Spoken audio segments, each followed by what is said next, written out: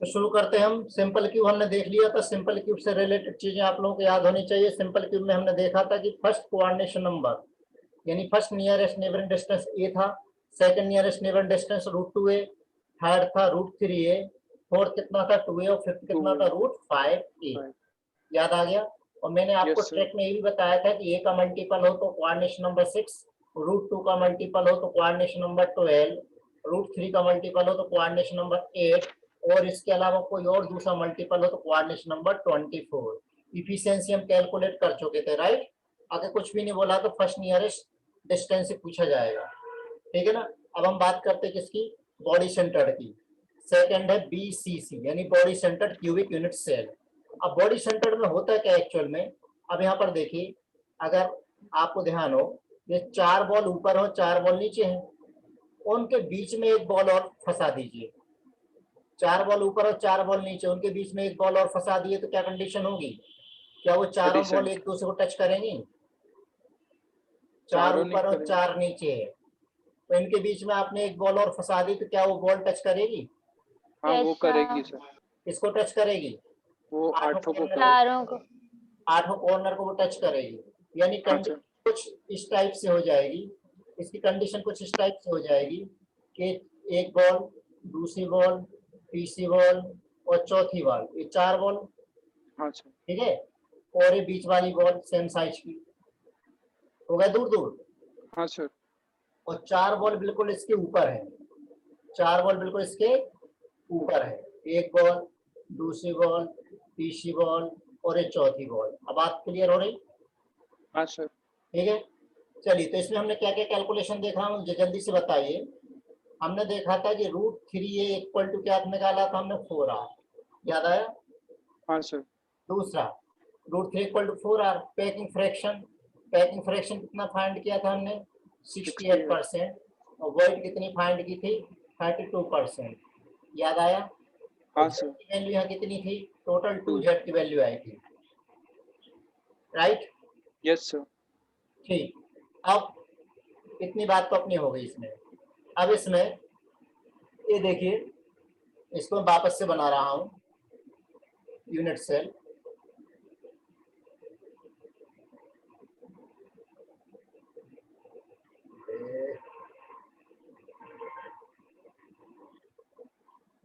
एक क्यूब बनाया, अब एक क्यूब और बना रहा हूं।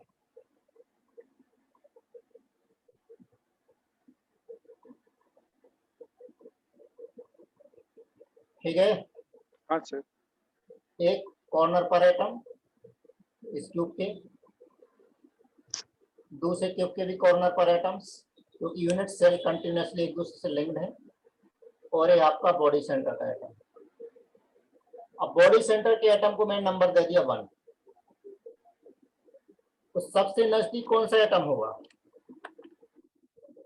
सबसे नजदीक कौन सा एटम होगा, ये वाला। कौन से नंबर का है, 2 नंबर का। क्लियर? हाँ सर। तो इसमें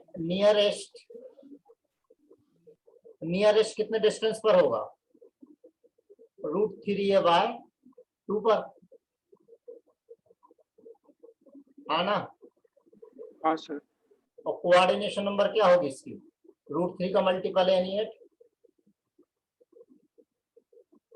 नेक्स्ट नियरेस्ट कहां पर होगा, नेक्स्ट नियरेस्ट, जैसे इसको मैं 1 ले लेता हूं, इसको 1 कर लेता हूं, इसको 2 कर लेता हूं, तो ये वाला हो गया नंबर, ये वाला हो गया नंबर 3, हो गया नंबर 4। बताइए नेक्स्ट डिस्टेंस से किसके बराबर है? अरे भाई 1 और 2 के बीच का डिस्टेंस कितना था, √3a/2। 1 और 3 के बीच का डिस्टेंस कितना है, 1। 1 और 4 के बीच का डिस्टेंस कितना है, √2। है ना? हाँ सर। कोई समस्या नहीं। No sir. अब अगर 1 से इतना हो गया, 1 से यहां से अगर मैं यहाँ का डिस्टेंस फाइंड करूं तो ये वाला डिस्टेंस आता है √11a/2। और अगर यहाँ से यहाँ तक का डिस्टेंस फाइंड करूं तो डिस्टेंस आता है √3। अब बताइए नेक्स्ट नियरेस्ट कितने डिस्टेंस पर, ये डिस्टेंस पर, ठीक है ना। Next to next nearest, next to next nearest कितने डिस्टेंस पर, √2a। फिर नेक्स्ट नियरेस्ट √2a से बड़ा कौन सा है, √11a/2, उससे बड़ा √3a। अब मुझे बताइए ये के लिए कोऑर्डिनेशन नंबर कितना लें, जल्दी बोलो। √2a के लिए कितना, इसके लिए कितना, और √3a के लिए 8। 8 क्या बात समझ में आई है, ना। हाँ सर। तो पहला डिस्टेंस इस कॉर्नर से मैंने कैलकुलेट करा कहां पर, बॉडी सेंटर पर, ये सबसे छोटा डिस्टेंस है। उससे बड़ा डिस्टेंस ये आया, ठीक है ना। उससे बड़ा डिस्टेंस कौन सा आया, ये आया। उससे बड़ा ये है, लेकिन इन दोनों के बीच में ये वाला डिस्टेंस है दूसरी यूनिट सेल से जब हम बात करते हैं तो। अब ये डिस्टेंस हम कैसे निकालेंगे, बहुत आसान है। यहाँ से यहाँ तक का डिस्टेंस हो गया आपका 2a, ये डिस्टेंस हो गया ये। पहले तो आपको एक सेंटर से यहाँ तक का डिस्टेंस निकालना पड़ेगा। इमेजिन कर सकते हो, फाइंड कर सकते हो डिस्टेंस, मैथमेटिशियन रामानुजन सर कौन सा वाला? निकाल सकते हैं ना। बॉडी सेंटर से इसके कॉर्नर तक का डिस्टेंस कैसे निकालेंगे भाई, बॉडी सेंटर से यहाँ पर फेस सेंटर तक का डिस्टेंस आ जाएगा a/2, हाँ है ना। हाँ सर। ये हो गया अपना कौन सा, a/2। a/2।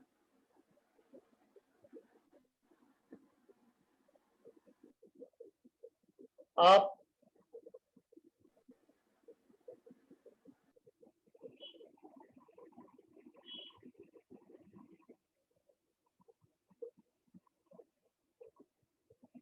यहाँ पर हमें कहाँ का फाइंड करना है डिस्टेंस, ईशा तुम्हें लर्न कर लेना, 4 तक 3 तक लर्न करना।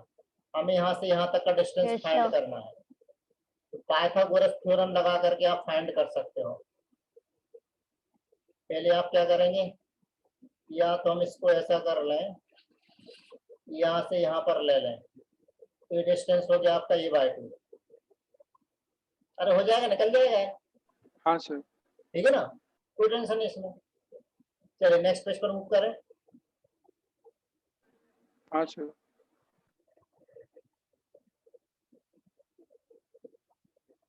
चलिए तो नियरेस्ट ये चीज समझ में आ गई। अब जैसे मैंने क्वेश्चन कर दिया, if distance of nearest neighbour in body centered cubic unit cell is x, then calculate density of unit cell given molar mass equal to y।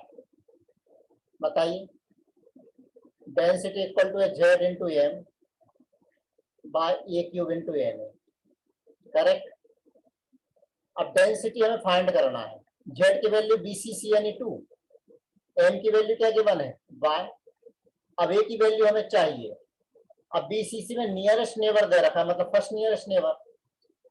First nearest neighbour यानी कितना होता है इन BCC, फर्स्ट नियरेस्ट नेबर कितने बराबर होता है, √3/2 के बराबर, जो वैल्यू किसकी x की है। तो a की वैल्यू हो गई 2x/√3, तो यहाँ पर वैल्यू पुट कर दो, a की वैल्यू 2x/√3 का क्यूब इंटू n, आ गया आंसर। अरे हाँ ना, हाँ सर। जरूरी नहीं है एक ही डायरेक्ट वैल्यू दे रखी हो सकता है वो नियरेस्ट नेबर दे रखा हो सकता है वो नेक्स्ट नियरेस्ट नेबर दे रखा हो। चलिए नेक्स्ट पेज पर। Sir 1 minute.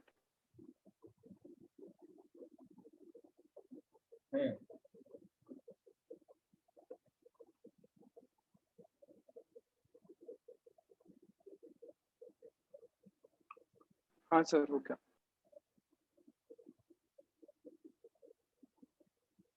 चलिए नेक्स्ट है, अब आते हैं इसमें closed packing. Closed packing, closed packing दो टाइप का होता है।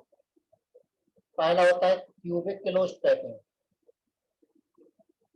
क्यूबिक क्लोज्ड पैकिंग, और दूसरा होता है हेक्सागोनल क्लोज्ड पैकिंग।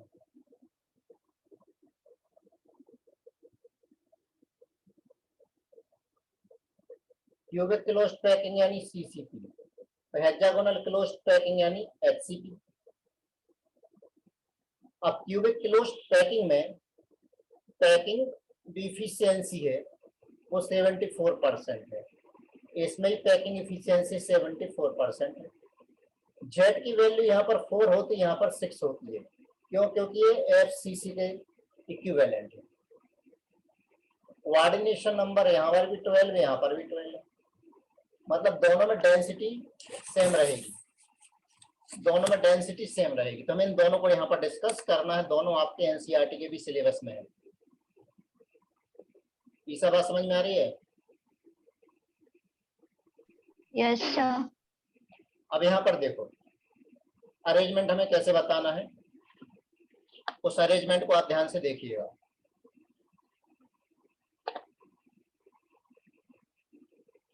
पहले हम बात कर रहे हैं, चलिए हेक्सागोनल क्लोज्ड पैकिंग की कर लेते हैं पहले। एचसीपी हेक्सागोनल क्लोज्ड पैकिंग, ठीक है ना। जो चीज हमें लर्न करनी है वो वाला मैं डाटा आपको बता देता हूँ कि आप इसको डायरेक्ट भी ध्यान रखेंगे तो भी इससे हमारा काम हो जाएगा। क्या काम हो जाएगा? हेक्सागोनल क्लोज्ड पैकिंग में पैकिंग इस टाइप से होती है, फाइनल स्ट्रक्चर ऐसा मिलता है, एक हेक्सागोन ऊपर और एक हेक्सागोन नीचे।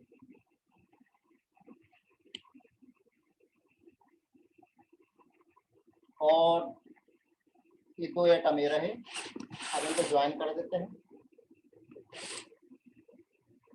इसको ज्वाइन कर दिया, ये ज्वाइन कर दिया।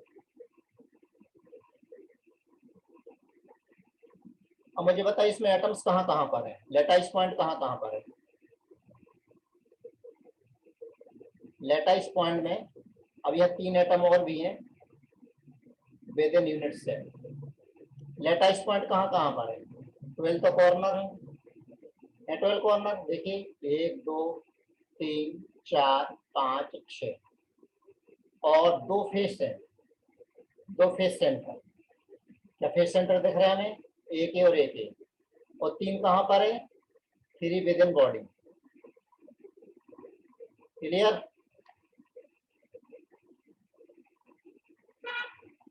आना यस सर। तो रिप्लाई क्यों नहीं करते हो? सर वो लिख रहे थे। हाँ, इसका जो कॉर्नर का यहाँ पर कंट्रीब्यूशन है, कंट्रीब्यूशन कितना होता है यहाँ पर कॉर्नर का एचसीपी में?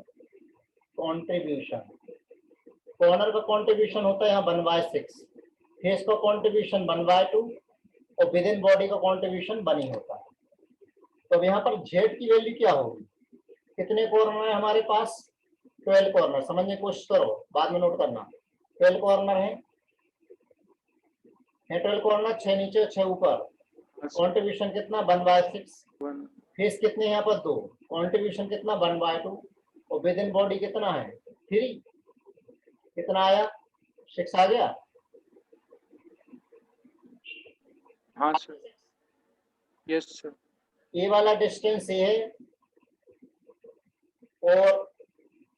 और ए वाला डिस्टेंस भी है, सब इक्वल है। तो यहाँ पर और यहाँ से यहाँ तक का जो डिस्टेंस है वो किसके बराबर? सी। तो यहाँ पर ए इक्वल टू तो बी है बट नॉट इक्वल टू सी। अरे ए ले लो, ए बी ले लो, ए और बी क्या है आपस में बराबर, लेकिन सी बराबर नहीं है। तो यहाँ पर वॉल्यूम क्या लेंगे हम? A into B into C, volume of unit cell यही लेंगे। अरे क्यूब थोड़ी है, A into B into C, right? या फिर हम इसको ऐसा लिख सकते हैं कि volume of unit cell equal to, मुझे बताइए ये क्या है अपना बेस एरिया हेक्सागोन का, हाँ सर, इनटू क्या ले लेंगे height, height, base area of hexagon into height, ये आ जाएगा वॉल्यूम ऑफ यूनिट सेल। तो आगे बढ़ा जाए। सर एक minute.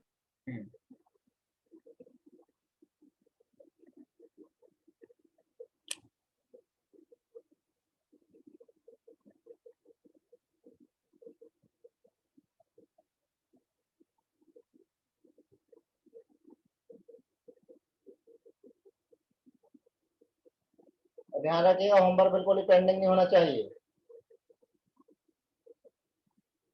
Yes, sir. Done sir. ठीक, बुक करूं। हाँ सर, हाँ sir. अब इसमें देख लें, तो हम देख रहे थे volume of unit cell equal to base area, base area of hexagon. तो बेस एरिया ऑफ हेक्सागोन किसके बराबर होता है, उसमें 6 इक्विलैटरल ट्रायंगल हम पहले ही बात कर चुके हैं, और एक इक्विलैटरल ट्रायंगल का एरिया होता है √3/4 ए स्क्वायर इंटू हाइट, है ना। और ये किसके हाँ बराबर सर, है, ये यहाँ किसके बराबर है, ये यहाँ पर किसके बराबर है, 2r के बराबर, 2r के बराबर। हाइट, अब ये हाइट का आप चाहो तो डायरेक्ट इसको ध्यान रख लें तो अभी आपका काम हो जाएगा। हाइट 2 इंटू √2/3 इंटू, मैं आपको कैलकुलेट करके बता दूंगा, लेकिन ये सिर्फ एडवांस की काम का है, तो कैलकुलेशन की जरूरत नहीं, आप डायरेक्ट याद रख लें तो अभी आपका काम हो जाएगा। ये हो जाएगा 6 into √3/4 into 4r square into 2 √2/3, ए की वैल्यू कितनी है 2r, 4 से 4 कैंसिल हो गया, कितना आया 24, और √3 से √3 कैंसिल, 24 √2 और r³, ये हो गया volume of unit cell. Direct पूछ लेते हैं, ठीक है ना। तो देखिए इसमें Yes. सामने नहीं आता है तो आप इसको डायरेक्ट भी लर्न कर सकते हैं कि हाइट आप याद रख लीजिए, और इक्विलैटरल ट्रायंगल उसमें 6 बनते हैं, और एक इक्विलैटरल ट्रायंगल का जो एरिया होता है वो इतना होता है। एक की वैल्यू तो हम देख चुके हैं कितना है 2r है, चाहे तो फिर से देख लीजिए। इसमें यहाँ से यहाँ तक ये वाला जो एटम है और ये वाला एटम एक दूसरे को टच कर रहे हैं, ये दोनों एटम एक दूसरे टच कर रहे हैं, अभी वापस से बना के बताने वाला हूँ। तो यहाँ से यहाँ तक का सेंटर तक का डिस्टेंस है, ए की वैल्यू 2r के बराबर है, ठीक है। अब हमें चाहिए क्या, पैकिंग फ्रैक्शन। चलिए तो पैकिंग फ्रैक्शन निकालते हैं। पैकिंग फ्रैक्शन इक्वल टू मालूम है z into volume of atom divide by volume of unit cell. z की वैल्यू कितनी यहाँ पर 6 निकाली है, और एक एटम का वॉल्यूम यानी 4/3 πr³, और यूनिट सेल का वॉल्यूम यहाँ पर 24 √2 r³। तो इसको सिंप्लीफाई कर लीजिए, सिंप्लीफाई करें तो कितना आएगा बताइए, 4 बार गया, 4 से 4 कैंसिल हो गया, कितना बचेगा, पैकिंग फ्रैक्शन इक्वल टू हो जाएगा π/3 √2, और जब इसको सॉल्व करते हैं तो 74% आता है। तो वॉइड कितनी आएगी, 100 - 74 इक्वल टू आ जाएगा 26%, राइट। यस सर, इतनी चीज समझ में आ गई इसमें, हाँ सर, Yes, sir. ठीक है। अब यहाँ पर एक पॉइंट और, अब नेक्स्ट पेज पर आएगा, तो नेक्स्ट पेज पर ले रहा हूं मैं, मूव करूं नेक्स्ट पेज। हाँ सर, Yes, sir. देखिए अब होता कैसे एक्चुअल में, जैसे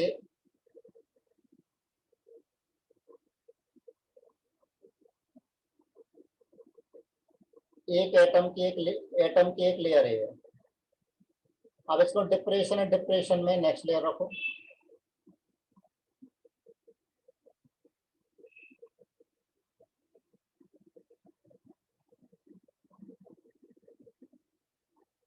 कुछ ऐसा हम पहले भी कर चुके हैं।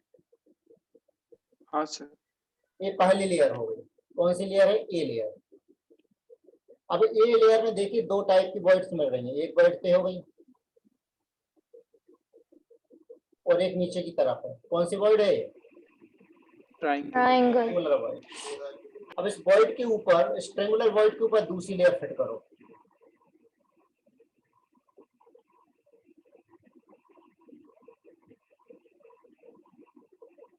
ठीक है। और जो रेड कलर का जो डिप्रेशन है उसमें दूसरी लेयर फिट की। अब आप इसको ध्यान से देखिएगा, ये कौन सी लेयर है हमारी? B layer. अब आप यहाँ पर ध्यान से देखिएगा, जैसे अभी ये कौन सी वॉइड है? Triangular. Triangular void. Yes no?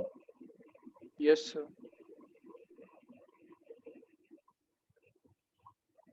अब अगर इसके ऊपर एक एटम और रख दूं मैं, 4 एटम हो गए। अब इनके जो बीच में जो वॉइड आएगी वो कहलाएगी टेट्राहेड्रल वॉइड। तो ट्रायंगुलर वॉइड का कोऑर्डिनेशन नंबर कितना? 3। 3 और टेट्राहेड्रल वॉइड का कोऑर्डिनेशन नंबर कितना? 4। 4 तो मुझे बताइए, 3 तो व्हाइट आपको दिख रहे हैं, एक ऊपर रेड दिख रहा है, चारों के बीच में कौन सी वॉइड बन गई? टेट्राहेड्रल। टेट्राहेड्रल। अब अगर इसको देखें, इस रेड वाले को मैंने थोड़ा सा येलो कर दिया है। सिर्फ जो येलो वाली ये वाली है, येलो येलो के बीच में एक ट्रायंगुलर वॉइड है कि नहीं है? है सर। है या नहीं है? है सर। अब और यस जो सर। बिल्कुल है, और ये वाली जो मैं ब्लू कलर कर रहा हूँ, ब्लू कलर वाले यानी ये वाले, इनके बीच में ट्रायंगुलर वॉइड थी। हाँ सर। यानी कुछ इस टाइप की कंडीशन हो गई है। कैसी कंडीशन हो गई? ये ब्लू कलर, ये वाले सर, ये वाले स्क्वायर देखिए, ये ट्रायंगुलर वॉइड आ गई। हाँ सर। आप ये ट्रायंगुलर वॉइड आई है, इनकी अपनी ट्रायंगुलर वॉइड है। किसकी? येलो वाले की। येलो वाले की अपनी ट्रायंगुलर वॉइड है। तो येलो वाले की ट्रायंगुलर वॉइड इस टाइप की है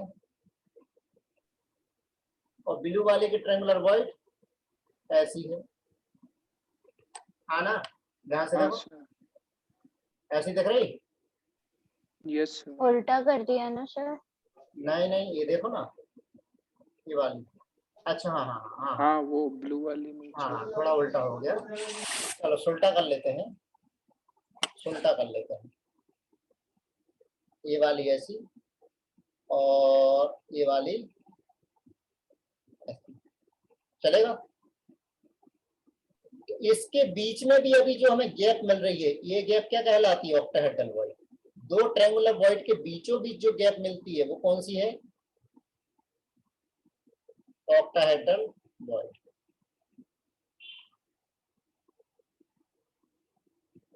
क्या बात समझ में आई? हाँ सर। यस कौन सर। सा पैटर्न हो गया अपना? A B, A B. पहले ए की लेयर, फिर बी की लेयर, फिर वापस से जस्ट ए के ऊपर ए रखते जाओ, यानी व्हाइट वाले सर्कल के ऊपर व्हाइट रखते जाओ और फिर रेड वाले के ऊपर रेड रखते जाओ। तो ये कहलाता है ए बी पैटर्न। तो एचसीपी में कौन सा पैटर्न होता है? एचसीपी में होता है ए बी पैटर्न। ठीक है, ध्यान देना, बीसीसी में भी ए बी पैटर्न होता है, लेकिन वो क्लोज पैकिंग नहीं है। और सिंपल क्यू में कौन सा पैटर्न था? एक जैसा ए या बी, इस टाइप का, यानी पहले एटम के ऊपर ही दूसरा एटम, दूसरे के एटम के ऊपर ही तीसरा एटम। सर ये वॉइड का पैटर्न है क्या? वॉइड का पैटर्न ही पैकिंग का पैटर्न है, पैकिंग पैटर्न। Okay sir. हम किसकी बात कर रहे हैं? Packing pattern. आगे मूव करें, आगे मूव करें। सर एक मिनट।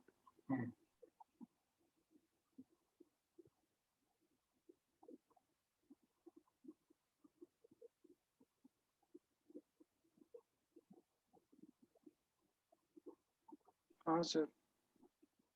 ठीक,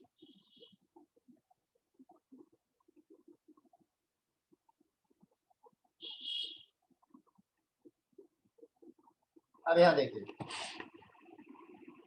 यानी कुछ कंडीशन ऐसी होगी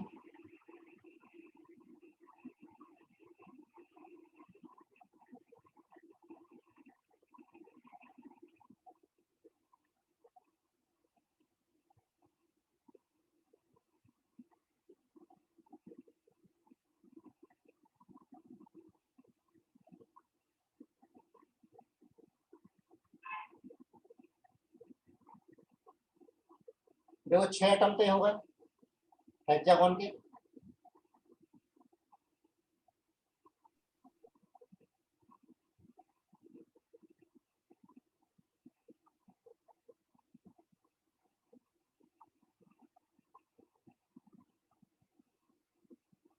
ऊपर के 6, नीचे के 6, आना हाँ सर। ये देख रहे हैं, और बीच Yes, के sir. 3,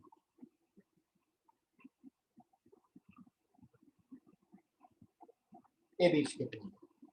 अब बात समझ में आ रही ना? ये 2 हाँ फेस वाले एटम है, और बाकी कौन से हैं?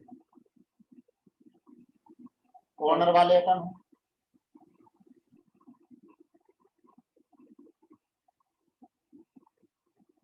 हाँ ना? हाँ सर। और ये वाले एटम कौन से हैं? With in body. इस टाइप से पैकिंग होती है। तो मुझे बताइए कि जैसे मैंने ए लिया था, ए किसके बराबर, 2r के बराबर है कि नहीं है? है सर। यहाँ से यहाँ तक का डिस्टेंस ए जो 2r के बराबर है, ये वाला डिस्टेंस हो गया बी, तो वो भी 2r यानी ए के बराबर है। तो ये जो डिस्टेंस लिया था यहाँ से यहाँ तक का, ये क्या था? हाइट। इसकी हाइट हो गई पूरी, ठीक है ना, यानी सी के बराबर है। अगर इसको मैं हाइट इन एच मान लूं यहाँ से यहाँ तक, तो सी किसके बराबर हो गया? 2h के बराबर। 2h।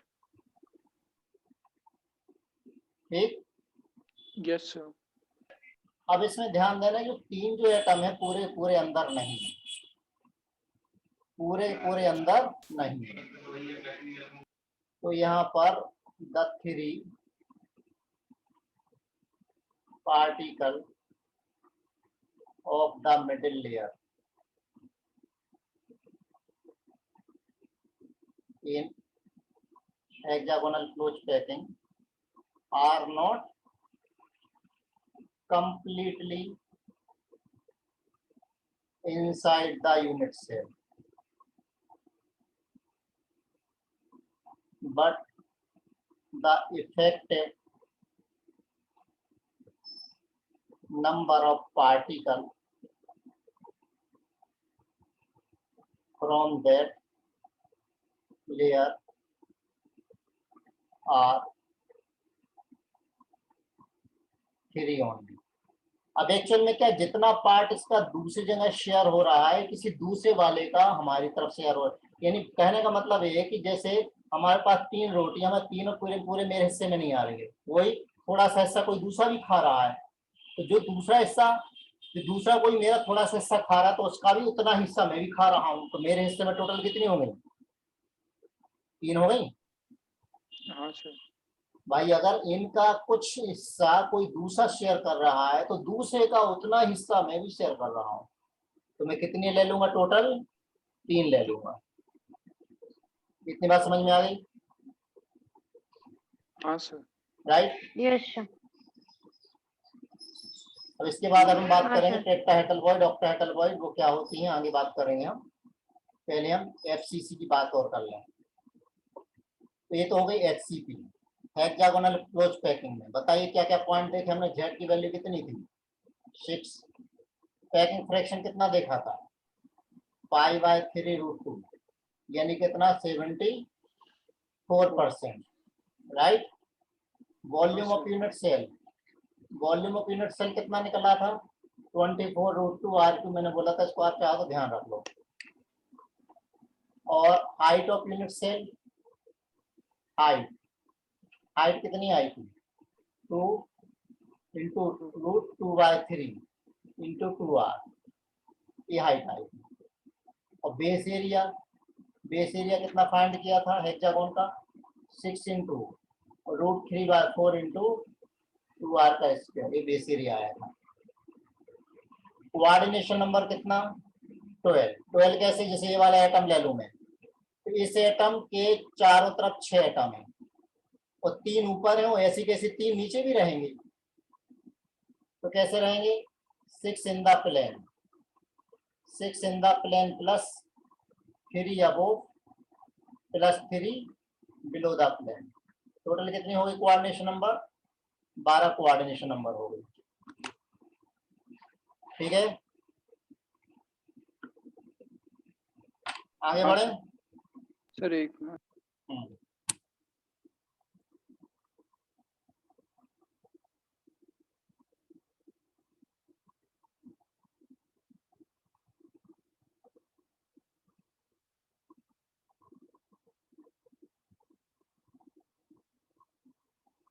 अब ये जो हाइट कैसी आई वो मैथमेटिकल कैलकुलेशन है पूरा इसका, तो उसके चक्कर में अभी मत पड़ो, जब ऑफलाइन खुलेगी तब बता दूंगा मैं, यहाँ तो उतना क्लियर समझ में नहीं आ पाएगा।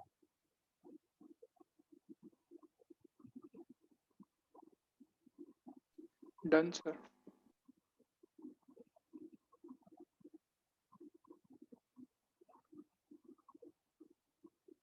अब नेक्स्ट है दूसरा कौन सा है इसमें, CCP, क्यूबिक किलोज पैकिंग।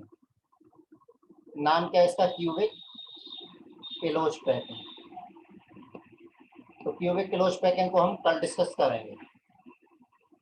अब यहाँ पर पहले मैं एक चीज बता रहा हूँ आपको, यहाँ वॉइड कौन कौन सी हमने देखी है अभी तक कौन कौन सी वॉइड देखी है, एक तो triangular void, rectangular, triangular void देखी है, दूसरी हमने बात की थी अभी tetrahedral void. Tetrahedral void NCERT में है, तीसरी ऑक्टाहेड्रल वॉइड वो भी एनसीईआरटी में है। ठीक है ना, एक और होती है क्यूबिक वॉइड। क्यूबिक वॉइड कैसे मिलती है, मिलती है सिंपल क्यूब में। अब टेट्राहेड्रल वॉइड पर एटम 2 टेट्राहेड्रल वॉइड आती है, कैसे वो हम कल डिस्कस करेंगे। और यहाँ पर एटम 1 ऑक्टाहेड्रल वॉइड आती है। अब आप इसको ऐसे ध्यान रखें, T for T, O for O, ध्यान रहेगा। हाँ सर। पर एटम 2 टेट्राहेड्रल वॉइड। अब कहाँ कहाँ मिलती हैं, उनमें रिलेशन क्या है वो हम कल डिस्कस करने वाले हैं। तो SCP में नंबर ऑफ एटम्स कितने हैं, number of atoms per unit cell हमने कितने फाइंड किए, number of atoms per unit cell हमने 6 फाइंड किए हैं। तो इसमें टेट्राहेड्रल वॉइड कितनी निकलेंगी, एक एटम के लिए 2 टेट्राहेड्रल वॉइड, तो टेट्राहेड्रल वॉइड यहाँ कितनी आ जाएंगी, टोटल डबल 12, और एक एटम के लिए एक ऑक्टाहेड्रल वॉइड, तो यहाँ 6 एटम है तो ऑक्टाहेड्रल वॉइड कितनी हो जाएंगी, 6। ठीक है ना, हाँ सर। तो यहाँ तक क्लियर हो गया है। अब इसमें कहीं कोई डाउट हो तो बताइए, यस सर, इसमें कोई डाउट हो तो बताइए। ये पूरा पूरा आपके एनसीईआरटी के सिलेबस में भी है। मोस्ट प्रोबेबली इस वीक में अपन कोशिश करेंगे चैप्टर क्लोज हो गया, क्योंकि मैं बहुत स्पीड नहीं बढ़ा सकता हूँ ना इस चैप्टर में, पूरा समझने वाला चैप्टर है, तो देख ही रहे होगे। हाँ सर। ठीक।